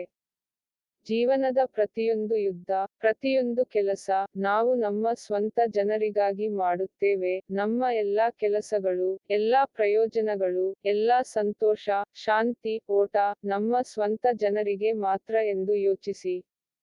ಮತ್ತು ಇಲ್ಲಿ ನಾವು ನಮ್ಮ ಜನರನ್ನು ಕೊಲ್ಲಬೇಕು. ಇದಕ್ಕಿಂತ ದೊಡ್ಡ ಸಂದಿಗ್ಧತೆ ಇನ್ನೇನಿದೆ? ಈಗ ಅವನು ಆತ್ಮಹತ್ಯೆಗೆ ಸಿದ್ಧನಾಗಿದ್ದಾನೆ, ಮತ್ತು ನೀವು ಅವರನ್ನು ಕೊಲ್ಲಬೇಕು. ಅಂತಹ ಪ್ರಪಂಚದಿಂದ ಏನು ಪ್ರಯೋಜನ? ಇದು ಅರ್ಜುನನ ಮನಸ್ಸಿನಲ್ಲಿರುವ ಗೊಂದಲ. आचार्याः पितरः पुत्रास्तथैव च पितामहाः मातुलाः श्वशुराः पौत्राः श्यालाः सम्बन्धिनस्तथा ಆಚಾರ್ಯ, ಪಿತರ, ಪುತ್ರಾಸ್ತಥೈವ ಚ ಪಿತಾಮಹ, ಮಾತುಲ, ಶ್ವಸುರ, ಪೌತ್ರ, ಶ್ಯಾಲ, ಸಂಬಂಧಿನಸ್ತಥಾ 1.34 ಅರ್ಜುನನ ಮುಂದೆ ನಿಂತಿರುವುದು ಅವನ ಗುರುಗಳು, ಚಿಕ್ಕಪ್ಪ, ಮಗ, ಅಜ್ಜ, ಮಾವ, ಮೊಮ್ಮಕ್ಕಳು, ಸೋದರ ಮಾವ ಮತ್ತು ಅನೇಕ ಸಂಬಂಧಿಕರು. ಅರ್ಜುನ್ ತನ್ನ ಸಂಬಂಧಿಕರನ್ನು ಹತ್ತಿರದಿಂದ ತಿಳಿದುಕೊಳ್ಳಬೇಕು. ಇದೆ, ತಮ್ಮ ಗುರುತಿನ ಬಗ್ಗೆಯೂ ಹೇಳುತ್ತಿದ್ದಾರೆ. एतान्न हन्तुमिच्छामि घ्नतोऽपि मधुसूदन अपि त्रैलोक्यराज्यस्य हेतोः किन्नु मही कृते ಏತಾನ್ನ ಹಂತುಮಿಚ್ಛಾಮಿ ಘನತೋ ಮತ್ತು ಹ್ಯಾಶ್ 39 ಪಿ ಮಧುಸೂದನ ಅಪಿ ತ್ರೈಲೋಕ್ಯ ರಾಜ್ಯಸ್ಯ ಹೇತೋ ಕಿನ್ನು ಮಹಿಕೃತೆ 1.35 ನೀವು ಯುದ್ಧ ಮಾಡಲು ನಿರ್ಧರಿಸಿದರೆ, ನಾನು ಈ ಶತ್ರುವನ್ನು ಕೊಲ್ಲುತ್ತೇನೆ ಮತ್ತು ಅವನಲ್ಲ ಎಂದು ಹೇಳಬಹುದೇ? ಯುದ್ಧದಲ್ಲಿ ಎಲ್ಲರೂ ಸೈನಿಕರೇ, ಮತ್ತು ಅವನು ಶತ್ರುಗಳ ಕಡೆಯಿಂದ ಬಂದಿದ್ದರೆ, ನೀವು ಅವನನ್ನು ಕೊಲ್ಲಬೇಕು. ಇದು ಅರ್ಜುನ್ ಹೇಳುತ್ತಿರುವ ಸಂದಿಗ್ಧತೆ. ಹೇ ಮಧುಸೂದನ, ನನ್ನ ವಧೆಗೋಸ್ಕರ ಅಥವಾ 3 ಲೋಕಗಳ ರಾಜ್ಯಕ್ಕಾಗಿ ಅವರೆಲ್ಲರನ್ನೂ ಕೊಲ್ಲಲು ನಾನು ಬಯಸುವುದಿಲ್ಲ. ಹಾಗಾದರೆ ಭೂಮಿಯ ಬಗ್ಗೆ ಏನು ಹೇಳಬೇಕು? ನೋಡಿ ಸ್ನೇಹಿತರೆ, ಅರ್ಜುನನಿಗೂ 3 ಜನರ ರಾಜ್ಯ ಬೇಡ. ಅದಕ್ಕಾಗಿ ಅವನು ತನ್ನ ಜನರನ್ನೇ ಕೊಲ್ಲಬೇಕು. ಆದ್ದರಿಂದ ಅವನು ಅದನ್ನು ಬಯಸುವುದಿಲ್ಲ. ಸ್ನೇಹಿತರೆ, ಜೀವನದಲ್ಲಿ ಅನೇಕ ಬಾರಿ ಅಂತಹ ಕ್ಷಣ ಬರುತ್ತದೆ, ನಮಗೆ ಪ್ರಿಯವಾದವರು, ಅಲ್ಲವೇ? ಅವನು ತ್ಯಾಗ ಮಾಡಬೇಕು, ಏಕೆಂದರೆ ನಾವು ನಮ್ಮ ಗುರಿಯತ್ತ ಸಾಗಬೇಕು. ಮತ್ತು ನಾವು ಇದನ್ನು ಮಾಡಿದರೆ, ನಾವು ಮಾತ್ರ ಗುರಿಯನ್ನು ಸಾಧಿಸುತ್ತೇವೆ. ಹಾಗಾದರೆ ನಾವು ಹೆಚ್ಚು ಇಷ್ಟಪಡುವ ವಿಷಯವನ್ನು ಬಿಡಬಹುದೇ? निहत्यधार्तराष्ट्रान्नः का प्रीतिः स्याज्जनार्दन पापमेवाश्रयेदस्मान् हत्वैतानाततायिनः ನಿಹತ್ಯದಾರ್ತರಾಷ್ಟ್ರಾನ್ನ ಪ್ರೀತಿಯಾಗಿ ಸ್ಯಾಜ್ಜನಾರ್ದ ಪಾಪಮೇವಾಶ್ರಯೇತ್ಸ್ಮಾನ್ ಹತ್ವೈತಾನ ತಾತಾಯಿನ 1.36 ಅರ್ಜುನನು ಮುಂದೆ ಹೇಳುತ್ತಾನೆ, ಓ ಜನಾರ್ದ, ಧೃತರಾಷ್ಟ್ರನ ಮಕ್ಕಳನ್ನು ಕೊಲ್ಲುವುದರಿಂದ ನಮಗೆ ಏನು ಸಂತೋಷವಾಗುತ್ತದೆ? ಈ ಸೋದರ ಸಂಬಂಧಿಗಳನ್ನು ಕೊಲ್ಲುವ ಮೂಲಕ ನಾವು ತಪ್ಪಿತಸ್ಥರೆಂದು ಭಾವಿಸುತ್ತೇವೆ. ಶತ್ರುಗಳ ಬದಿಯಲ್ಲಿ ಸೋದರ ಸಂಬಂಧಿಗಳು ಅಥವಾ ಕೆಟ್ಟ ಜನರು ಇದ್ದರೂ, ಅವರು ನಮ್ಮವರೇ. ಆತ್ಮೀಯರನ್ನು ಕೊಂದು ಆತ್ಮೀಯರಿಗೆ ನೋವು ಕೊಡುವುದರಿಂದ ಪಾಪ ಮಾತ್ರ ಸಿಗುತ್ತದೆ, ಪುಣ್ಯವಲ್ಲ. ಕುರುಪುತ್ರರ ದುರಾಸೆಯ ಫಲವಾಗಿ ಸಹೋದರರು ಮುಖಾಮುಖಿಯಾಗಿದ್ದರು. ಸ್ನೇಹಿತರೆ, ದುರಾಸೆ ಎಂದಿಗೂ ಒಳ್ಳೆಯದನ್ನು ಮಾಡಲಾರದು.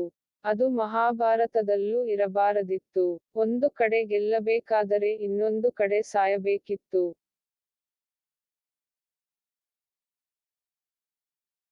तस्मान्नार्हा वयं हन्तुं धार्तराष्ट्रान् स्वबान्धवान् स्वजनं हि कथं हत्वा सुखिनः स्याम माधव। ತಸ್ಮಾನ್ನರ್ಹ ವಯಂ ಹಂತುಂ ಧಾರ್ತರಾಷ್ಟ್ರಂ ಸ್ವಬಾಂಧವನ್ ಸ್ವಜನಂ ಹಿ ಕಥಂ ಹತ್ವಾ ಸುಖಿನ ಶ್ಯಾಮ ಮಾಧವ. 1.37 ನಿಮ್ಮ ಕುಟುಂಬವನ್ನು ಕೊಲ್ಲುವುದರಲ್ಲಿ ನೀವು ಸಂತೋಷವನ್ನು ಕಂಡುಕೊಳ್ಳಬಹುದೇ? ಅದಕ್ಕಾಗಿಯೇ ಮಹಾಭಾರತವನ್ನು ಧರ್ಮಯುದ್ಧ ಎಂದು ಕರೆಯಲಾಗುತ್ತದೆ. ಇಂತಹ ಧಾರ್ಮಿಕ ಬಿಕ್ಕಟ್ಟು ಉಂಟಾದಾಗ ನೀವೇನು ಮಾಡಬೇಕು? ಅರ್ಜುನ ಕೇಳುತ್ತಾನೆ, ಓ ಮಾಧವ, ಧೃತರಾಷ್ಟ್ರನ ಮಕ್ಕಳಾದ ನಮ್ಮ ಸ್ವಂತ ಸಹೋದರರನ್ನು ಕೊಲ್ಲಲು ನಾವು ಯೋಗ್ಯರಲ್ಲ. ನಮ್ಮ ಕುಟುಂಬವನ್ನೇ ಕೊಂದ ನಂತರ ನಾವು ಹೇಗೆ ಸಂತೋಷವಾಗಿರಬಹುದು? ಸ್ನೇಹಿತರೆ, ಯಾವತ್ತಾದರೂ ಇಂತಹ ಪರಿಸ್ಥಿತಿ ನಿಮ್ಮ ಮುಂದೆ ಬರಲಿ, ಅದರಲ್ಲಿ ದುರಾಸೆಯಿಂದ ಒಡಕು, ಜಗಳಗಳು ಆಗುತ್ತವೆ. ಆಗ ಅರ್ಜುನನ ಈ ಸ್ಥಿತಿಯ ಬಗ್ಗೆ ತಣ್ಣಗಾಗುವ ಮನಸ್ಸಿನಿಂದ ಯೋಚಿಸಿ, ಮತ್ತು ಈ ರೀತಿ ಮಾಡುವ ಮೂಲಕ ವಿಶ್ವದ ಅತಿದೊಡ್ಡ ಯುದ್ಧವನ್ನು ನೀವು ನೋಡುತ್ತೀರಿ. ಹೀಗೆ ಮಾಡುವುದರಿಂದ ಯಾರಿಂದ ಏನು ಸಾಧಿಸಲಾಯಿತು?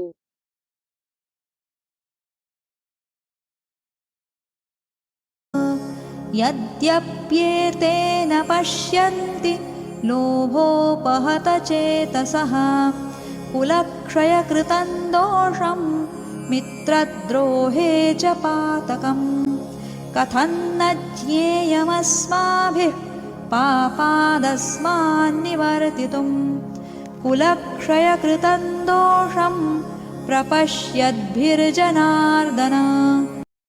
ಯದ್ಯಪೇತೇನ ಪಶ್ಯಂತಿ ಲೋಭೋಪಹತಚೇತಸಃ ಕುಲಕ್ಷಯ ಕೃತಂ ದೋಷಂ ಮಿತ್ರದ್ರೋಹೇ ಚ ಪಾತಕಂ. 1.38 ಕಥಂ ನ ಜ್ಞೇಯಮಸ್ಮಾಭಿಃ ಪಾಪದಸ್ಮಾನ್ನಿವರ್ತಿತುಂ ಕುಲಕ್ಷಯ ಕೃತಂ ದೋಷಂ ಪ್ರಪಶ್ಯದ್ಭಿರ್ಜನಾರ್ದ. 1.39 ನಿಮ್ಮ ಶತ್ರುವು ಯಾವುದೇ ರೀತಿಯ ಪಾಪವನ್ನು ಮಾಡಲು ಸಿದ್ಧವಾಗಿದೆ. ಆದರೆ ನೀವು ಅರ್ಥಮಾಡಿಕೊಂಡಿದ್ದೀರಿ, ಅದು ತಪ್ಪು, ಅನ್ಯಾಯ, ಮಾಡಬಾರದು. ಈ 2 ಶ್ಲೋಕಗಳಲ್ಲಿ ಅರ್ಜುನನು ಈ ಸಂದಿಗ್ಧತೆಯನ್ನು ವಿವರಿಸುತ್ತಾನೆ. ಆದಾಗ್ಯೂ, ದುರಾಶೆಯಿಂದ ಭ್ರಷ್ಟರಾಗಿರುವ ಈ ಜನರು ಕುಟುಂಬದ ನಾಶದಿಂದ ಉಂಟಾಗುವ ದೋಷ ಮತ್ತು ಸ್ನೇಹಿತರನ್ನು ವಿರೋಧಿಸುವ ಪಾಪವನ್ನು ನೋಡುವುದಿಲ್ಲ. ಅದೇನೇ ಇದ್ದರೂ, ಓ ಜನಾರ್ದ, ಕುಲದ ನಾಶದಿಂದ ಉಂಟಾಗುವ ದೋಷವನ್ನು ತಿಳಿದಿರುವ ನಾವು ಈ ಪಾಪದಿಂದ ದೂರವಿರಲು ಏಕೆ ಯೋಚಿಸಬಾರದು? ಶತ್ರು ತಪ್ಪು ಮಾಡುತ್ತಿದ್ದಾನೆ, ಅವನಿಗೆ ಇದು ಅರ್ಥವಾಗುತ್ತಿಲ್ಲ, ಆದರೆ ನೀವು ಇದನ್ನು ಅರ್ಥಮಾಡಿಕೊಂಡಿದ್ದೀರಿ. ಆದ್ದರಿಂದ ಸಂವೇದನಾಶೀಲರಾಗಿ, ನೀವು ಯುದ್ಧದಿಂದ ಹಿಂದೆ ಸರಿಯಲು ಯೋಚಿಸಬೇಕಲ್ಲವೇ? ಆದರೆ, ನೀವು ಯುದ್ಧದಿಂದ ಹಿಂದೆ ಸರಿದರೆ, ನೀವು ಸೋತರು ಎಂದು ಪರಿಗಣಿಸಲಾಗುತ್ತದೆ. ಹುಡುಗರೇ, ನೀವು ಅದಕ್ಕೆ ಸಿದ್ಧರಿದ್ದೀರಾ?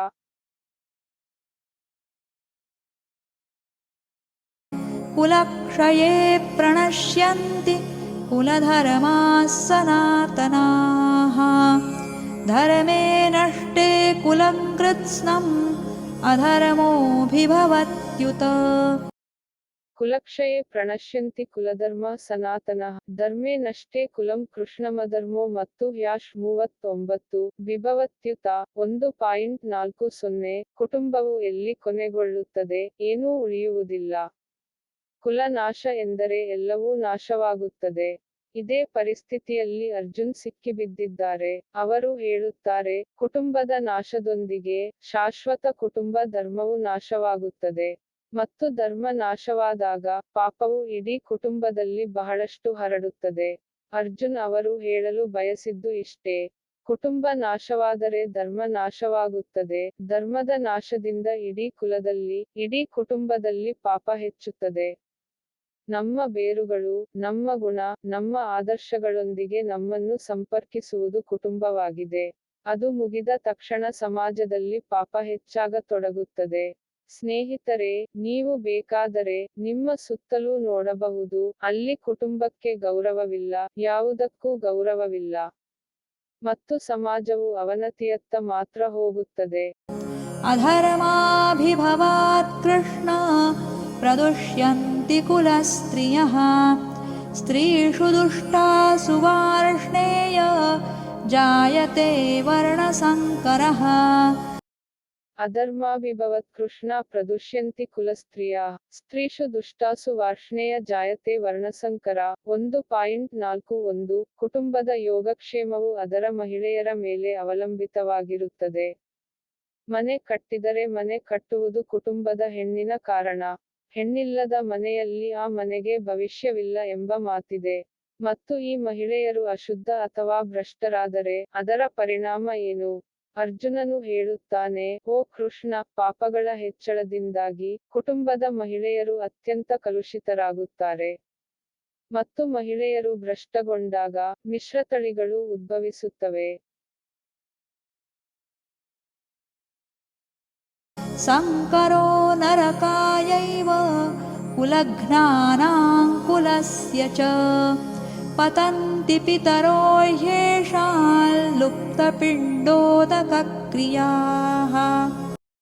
ಶಂಕರೋ ನರಕಾಯ ಇವ ಕುಲಜ್ಞಾನಂ ಕುಲಸ್ಯ ಚ ಪತಂತಿ ಪಿತರೋ ಹೇಷಾಂ ಲುಪ್ತಪಿಂಡೋದಕ ಕ್ರಿಯಾ. 1.42 ವರ್ಣಶಂಕರ ಎಂದರೆ ಇಲ್ಲಿ ಜಾತಿ ಅಥವಾ ಸಮಾಜದ ಘನತೆಯನ್ನು ಗೌರವಿಸದೆ ತಪ್ಪು ರೀತಿಯಲ್ಲಿ ತಪ್ಪು ಪಾತ್ರಗಳನ್ನು ಬೆರೆಸಿ ಮಗು ಜನಿಸಿದಾಗ ಅದು ಎಲ್ಲವನ್ನೂ ನಾಶಪಡಿಸುತ್ತದೆ.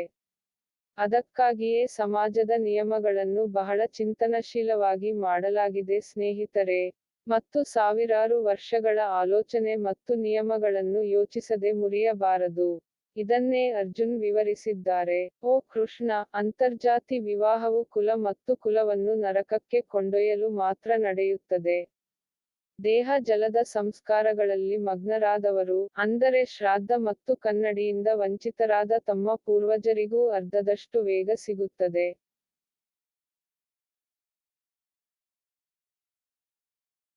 ದೋಷೈರೇತೈಃ ಕುಲಘ್ನಾನಾಂ ವರ್ಣಸಂಕರಕಾರಕೈಃ ಉತ್ಸಾದ್ಯಂತೆ ಜಾತಿಧರ್ಮಾಃ ಕುಲಧರ್ಮಾಶ್ಚ ಶಾಶ್ವತಾಃ. ದೋಷೈರೇತೈ ಕುಲಜ್ಞಾನಂ ವರ್ಣಸಂಕರಕಾರಕೈ ಉತ್ಸಾದ್ಯಂತೆ ಜಾತಿಧರ್ಮ ಕುಲಧರ್ಮಾಶ್ಚ ಶಾಶ್ವತ. 1.43 ಅರ್ಜುನ್ ಮಾತನಾಡಿ, ಈ ವರ್ಣಸಂಕರ ಕಾರಕ ದೋಷಗಳಿಂದಾಗಿ ಒಟ್ಟಾರೆ ಸಂತ್ರಸ್ತರ ಸನಾತನ ಕುಟುಂಬ ಧರ್ಮ ಮತ್ತು ಜಾತಿ ಧರ್ಮ ನಾಶವಾಗಿದೆ. ಎಲ್ಲಿ ಪಾತ್ರಗಳ ಮಿಶ್ರಣವಿದೆಯೋ ಅಲ್ಲಿ ಧರ್ಮ ನಾಶವಾಗುವುದು ಖಚಿತ. ಪರಸ್ಪರ ಬೆರೆಯುವುದರಿಂದ ಅರ್ಜುನ ಸೂಚಿಸಿದಂತೆ ಕುಟುಂಬದ ಧರ್ಮವು ನಾಶವಾಗುತ್ತದೆ ಮತ್ತು ಜಾತಿ ಧರ್ಮವೂ ನಾಶವಾಗುತ್ತದೆ. ಯಾರಾದರೂ ತನ್ನ ಧರ್ಮವನ್ನು ಅನುಸರಿಸದಿದ್ದರೆ ಅವರ ಕರ್ತವ್ಯವನ್ನು ನಿರ್ವಹಿಸುವುದಿಲ್ಲ ಮತ್ತು ಸಮಾಜವು ನಿರಂಕುಶವಾಗಿ ಯಾರೂ ನಿಯಮಗಳನ್ನು ಪಾಲಿಸದಿದ್ದರೆ ಸಮಾಜವು ಹೇಗೆ ಉಳಿಯುತ್ತದೆ? ಸಮಾಜವು ನಿಯಮಗಳು ಮತ್ತು ನಿಬಂಧನೆಗಳ ಹೆಸರಾಗಿದೆ. ಅಲ್ಲಿ ಎಲ್ಲರೂ ಗೌರವದಿಂದ, ಯಾವುದೇ ಭಯವಿಲ್ಲದೆ ಒಟ್ಟಿಗೆ ಬಾಳಬಹುದು.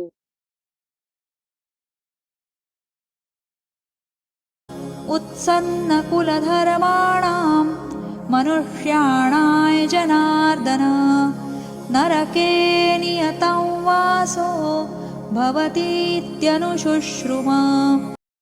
ಉತ್ಸನ್ನ ಕುಲಧರ್ಮಾಣಂ ಮನುಷ್ಯಾಣಂ ಜನಾರ್ದ ನರಕೆ ಮತ್ತು ಹ್ಯಾಶ್ 39 ನಿಯತಂ ವಾಸೋ ಭವತಿತ್ಯನುಶುಶ್ರುಮ. 1.44 ಓ ಜನಾರ್ದ, ಅವರ ಸಂಪೂರ್ಣ ಧರ್ಮ ನಾಶವಾಗಿದೆ. ಅಂತಹ ಮಾನವರು ಅನಿರ್ದಿಷ್ಟ ಅವಧಿಯವರೆಗೆ ನರಕದಲ್ಲಿ ವಾಸಿಸುತ್ತಾರೆ. ಇದನ್ನು ನಾವು ಕೇಳುತ್ತಲೇ ಬಂದಿದ್ದೇವೆ. ಮಹಾಭಾರತದ ಕಾಲದಲ್ಲಿ ಕುಲದ ನಂಬಿಕೆ ಎಷ್ಟಿತ್ತೋ ಸ್ನೇಹಿತರೆ, ಯಾರ ಕುಲ ನಾಶವಾದರೆ ಈಗ ನರಕದಲ್ಲಿ ಶಾಶ್ವತವಾಗಿ ಉಳಿಯುತ್ತದೆ ಎಂಬ ನಂಬಿಕೆ ಇತ್ತು. ಆದುದರಿಂದಲೇ ಕುಲವನ್ನು ರಕ್ಷಿಸುವುದು, ಅದರ ಗೌರವವನ್ನು ಉಳಿಸುವುದು, ಹೆಸರಿಡುವುದು ಇಷ್ಟು ದೊಡ್ಡ ವಿಷಯವೆಂದು ಪರಿಗಣಿಸಲ್ಪಟ್ಟಿತು. ಅರ್ಜುನ್ ಮಾತ್ರವಲ್ಲ, ನಾವು ಇದನ್ನು ಕೇಳುತ್ತಲೇ ಇದ್ದೇವೆ. ಯಾರು ಧರ್ಮ, ಕುಲವನ್ನು ಗೌರವಿಸುವುದಿಲ್ಲವೋ ಅವರು ನೇರವಾಗಿ ನರಕಕ್ಕೆ ಹೋಗುತ್ತಾರೆ. ಎಲ್ಲಿ ಧರ್ಮವಿಲ್ಲವೋ ಆ ಸ್ಥಳವು ಸ್ವಯಂಚಾಲಿತವಾಗಿ ನರಕವಾಗುತ್ತದೆ ಎಂದು ನೀವು ಪರಿಗಣಿಸಬಹುದು. ನಿಮ್ಮ ಸುತ್ತಲೂ ನೋಡಿ, ಅಲ್ಲವೇ? ಇಂದಿನ ಯುಗದಲ್ಲೂ ನೀವು ಅಂತಹ ಅನೇಕ ಸ್ಥಳಗಳನ್ನು ನೋಡುತ್ತೀರಿ.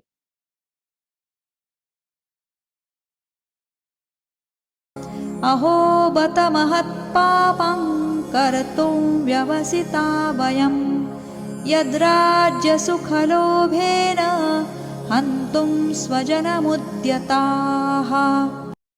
ಅಹೋ ಬತ ಮಹತ್ಪಾಪಂ ಕರ್ತುಂ ವ್ಯವಸಿತ ವಯಂ ಯದ್ರಾಜ್ಯ ಸುಖಲೋಭೇನ ಹಂತುಂ ಸ್ವಜನಮುದ್ಯತಾ. 1.45 ಅರ್ಜುನ್ ತನ್ನನ್ನು ತಾನೇ ದೂರಿಕೊಳ್ಳುತ್ತಿದ್ದಾನೆ. ಅಯ್ಯೋ, ನಾವು ಬುದ್ಧಿವಂತರಾದ ನಂತರವೂ ಮಹಾಪಾಪಗಳನ್ನು ಮಾಡಲು ಸಿದ್ಧರಾಗಿದ್ದೇವೆ. ರಾಜ್ಯ ಮತ್ತು ಸುಖದ ದುರಾಸೆಯಿಂದ ತಮ್ಮ ಸಂಬಂಧಿಕರನ್ನು ಕೊಲ್ಲಲು ಉತ್ಸುಕರಾದವರು. ಸ್ನೇಹಿತರೆ, ದುರ್ಯೋಧನನು ಹೇಗಿದ್ದಾನೆ? ಅವನು ಯಾವುದೇ ನಿರ್ಧಾರ ತೆಗೆದುಕೊಂಡರೂ ಅರ್ಜುನ ಮತ್ತು ಅವನ ಸೈನ್ಯವು ಬುದ್ಧಿವಂತರು. ಹಾಗಾದರೆ ಅದು ಅವರಿಗೆ ಒಳ್ಳೆಯದೇ? ಮೂರ್ಖನ ಪಾಪವನ್ನು ಸಹ ಕ್ಷಮಿಸಬಹುದು, ಆದರೆ ಬುದ್ಧಿವಂತರಿಂದ ಬಹಳಷ್ಟು ನಿರೀಕ್ಷಿಸಲಾಗಿದೆ. ಹಾಗಾದರೆ ಬುದ್ಧಿವಂತನು ಯುದ್ಧಕ್ಕೆ ಸಿದ್ಧನಾದರೆ ಅವನು ಮಾಡಿದ ತಪ್ಪನ್ನು ಕ್ಷಮಿಸುತ್ತಾನೆಯೇ? ಅರ್ಜುನ್ ಯೋಚಿಸುತ್ತಾನೋ ಇಲ್ಲವೋ? ಸಿಗುವುದಿಲ್ಲ. ಯದಿ ಮಾಮಪ್ರತೀಕಾರಂ ಅಶಸ್ತ್ರಂ ಶಸ್ತ್ರಪಾಣಯಃ ಧಾರ್ತರಾಷ್ಟ್ರಾರಣೇ ಹನ್ಯುಸ್ತನ್ಮೇ ಕ್ಷೇಮತರಂ ಭವೇತ್. ಯದಿ ಮಾಮಪ್ರತಿಕಾರಮ ಶಾಸ್ತ್ರಂ ಶಾಸ್ತ್ರಪಾಣಯ ಧಾರ್ತರಾಷ್ಟ್ರ ರಣೇ ಹನ್ಯುಸ್ತಾನ್ಮೇ ಕ್ಷೇಮಾತರಂ ಭವೇತ್. 1.46 ನಿಮ್ಮ ಕಣ್ಣುಗಳನ್ನು ಮುಚ್ಚಿ ಮತ್ತು ನೀವು ತುಂಬಾ ಪ್ರೀತಿಸುವ ವ್ಯಕ್ತಿಯ ಬಗ್ಗೆ ಯೋಚಿಸಿ. ನಿಮ್ಮ ಸ್ವಂತದ್ದು. ನೀವು ಯಾರ ಮಡಿಲಲ್ಲಿ ಆಡಿದ್ದೀರಿ? ನೀವು ಯಾರೊಂದಿಗೆ ಆಡಿದ್ದೀರಿ? ಅದು ನಿನಗಿಂತ ದೊಡ್ಡದಾಗಿರಲಿ ಅಥವಾ ಚಿಕ್ಕದಾಗಿರಲಿ, ಅದನ್ನು ಕೊಲ್ಲಲು ನಿಮಗೆ ಸಾಧ್ಯವಾಗುತ್ತದೆ. ಅರೆ, ನೀನು ಅವನಿಂದಲೇ ಕೊಲ್ಲಲ್ಪಡಲು ಇಚ್ಛಿಸುವೆ. ಅರ್ಜುನ್ ಹೇಳಿದ್ದು ಹೀಗೆ: ಧೃತರಾಷ್ಟ್ರನ ಮಗನು ಕೈಯಲ್ಲಿ ಆಯುಧವನ್ನು ಹಿಡಿದುಕೊಂಡು ಯುದ್ಧದಲ್ಲಿ ಆಯುಧಗಳಿಲ್ಲದೆ ನನ್ನನ್ನು ಎದುರಿಸದೆ ಕೊಂದರೆ ಆ ಮರಣವು ನನಗೆ ಹೆಚ್ಚು ಪ್ರಯೋಜನಕಾರಿಯಾಗಿದೆ.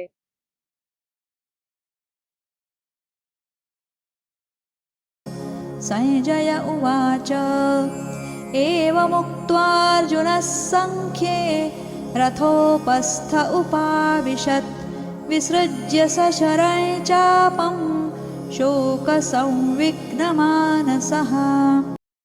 ಸಂಜಯ ಎತ್ತಿಕೊಂಡು, ಏವಮುಕ್ತ್ವಾರ್ಜುನ ಸಾಂಖ್ಯೇ ರಥೋಪಸ್ಥ ಉಪವಿಶತ್ ವಿಸೃಜ್ಯ ಸಶರಂ ಚಾಪಂ ಶೋಕಸಂವಿಘ್ನಮಾನಸ. 1.47 ಈ ಮಹಾಯುದ್ಧದ ವಿವರಣೆಯನ್ನು ಧೃತರಾಷ್ಟ್ರನಿಗೆ ನೀಡುತ್ತಿರುವ ಸಂಜಯ ಅವರು ಹೇಳುತ್ತಾರೆ: ಹೀಗೆ ಹೇಳುತ್ತಾ, ಓ ಧೃತರಾಷ್ಟ್ರನೇ, ಅರ್ಜುನನು ಯುದ್ಧಭೂಮಿಯಲ್ಲಿ ದುಃಖದಿಂದ ವಿಚಲಿತನಾಗಿ ತನ್ನ ಬಿಲ್ಲು ಬಾಣಗಳನ್ನು ತ್ಯಜಿಸಿ ರಥದ ಹಿಂಭಾಗದಲ್ಲಿ ಕುಳಿತುಕೊಂಡನು. ಸ್ನೇಹಿತರೆ, ಇದು ಭಗವದ್ಗೀತೆಯ ಮೊದಲ ಅಧ್ಯಾಯ. ಅರ್ಜುನ್ ವಿಷಾದ ಯೋಗ. ಹೌದು, ಇದರಲ್ಲಿ ಅರ್ಜುನನ ದುಃಖ, ಅವನ ಮನಸ್ಸಿನಲ್ಲಿ ಅನುಮಾನ, ಮತ್ತು ಈ ವಿಷಯಗಳು ಈ ಇಡೀ ಅಧ್ಯಾಯದಲ್ಲಿ ನಮ್ಮ ಮುಂದೆ ಸ್ಪಷ್ಟವಾಗಿ ಬರುತ್ತವೆ. ಈಗ ಮುಂದಿನ ಅಧ್ಯಾಯದಲ್ಲಿ ಅರ್ಜುನನ ದುಃಖ, ಸಂದೇಹ, ತೊಂದರೆ, ಪ್ರತಿ ಪ್ರಶ್ನೆಗಳಿಗೆ ಕೃಷ್ಣ ಎಷ್ಟು ಚೆನ್ನಾಗಿ ಉತ್ತರಿಸುತ್ತಾನೆ. ಅವನಿಗೆ ತಿಳಿಯುತ್ತದೆ ಮತ್ತು ಕೇಳುತ್ತದೆ.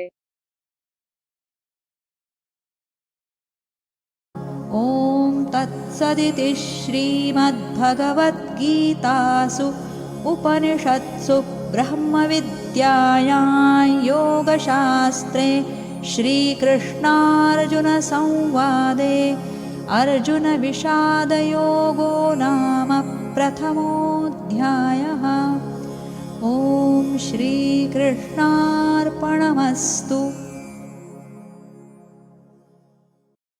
ಓಂ ತತ್ಸದಿತಿ ಶ್ರೀಮದ್ಭಗವದ್ಗೀತಾಸು ಉಪನಿಷತ್ಸು ಬ್ರಹ್ಮವಿದ್ಯಾಯಾಂ ಯೋಗಶಾಸ್ತ್ರ ಶ್ರೀಕೃಷ್ಣಾರ್ಜುನ ಸಂವಾದೆ ಅರ್ಜುನ ವಿಷಾದ್ಯೋಗೋ ನಾಮ್ ಪ್ರಥಮ ಅಧ್ಯಯನ. ಓಂ ಶ್ರೀ ಕೃಷ್ಣನ ಅರ್ಪಣೆ. ಸ್ನೇಹಿತರೆ, ಇದು ಭಗವದ್ಗೀತೆಯ ಮೊದಲ ಅಧ್ಯಾಯ. ಅರ್ಜುನ್ ವಿಷಾದ ಯೋಗ. ಹೌದು, ಇದರಲ್ಲಿ ಅರ್ಜುನನ ದುಃಖ, ಅವನ ಮನಸ್ಸಿನಲ್ಲಿ ಅನುಮಾನ, ಮತ್ತು ಈ ವಿಷಯಗಳು ಈ ಇಡೀ ಅಧ್ಯಾಯದಲ್ಲಿ ನಮ್ಮ ಮುಂದೆ ಸ್ಪಷ್ಟವಾಗಿ ಬರುತ್ತವೆ. ಇನ್ನು ಮುಂದಿನ ಅಧ್ಯಾಯದಲ್ಲಿ ಅರ್ಜುನನ ದುಃಖ, ಸಂದೇಹ, ಸಂಕಟ, ಪ್ರತಿ ಪ್ರಶ್ನೆಗಳಿಗೂ ಕೃಷ್ಣ ಎಷ್ಟು ಚೆನ್ನಾಗಿ ಉತ್ತರಿಸುತ್ತಾನೆ. ಅವನಿಗೆ ತಿಳಿಯುತ್ತದೆ ಮತ್ತು ಕೇಳುತ್ತದೆ.